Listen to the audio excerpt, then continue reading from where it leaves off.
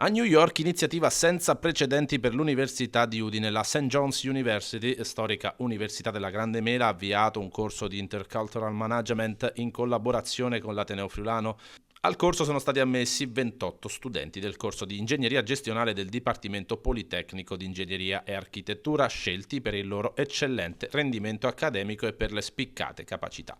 Questi studenti avranno l'opportunità unica di immergersi per 2 settimane in un contesto internazionale di formazione.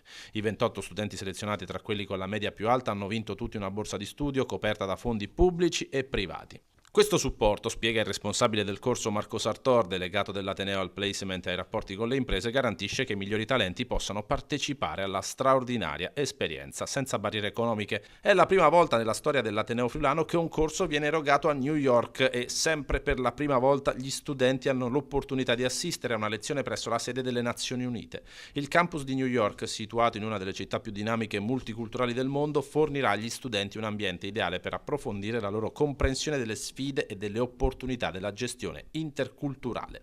Il programma prevede una combinazione di lezioni teoriche e workshop pratici. Questo approccio integrato è studiato per sviluppare competenze chiave nel management interculturale, quali la leadership, la comunicazione e la gestione del cambiamento in contesti globali.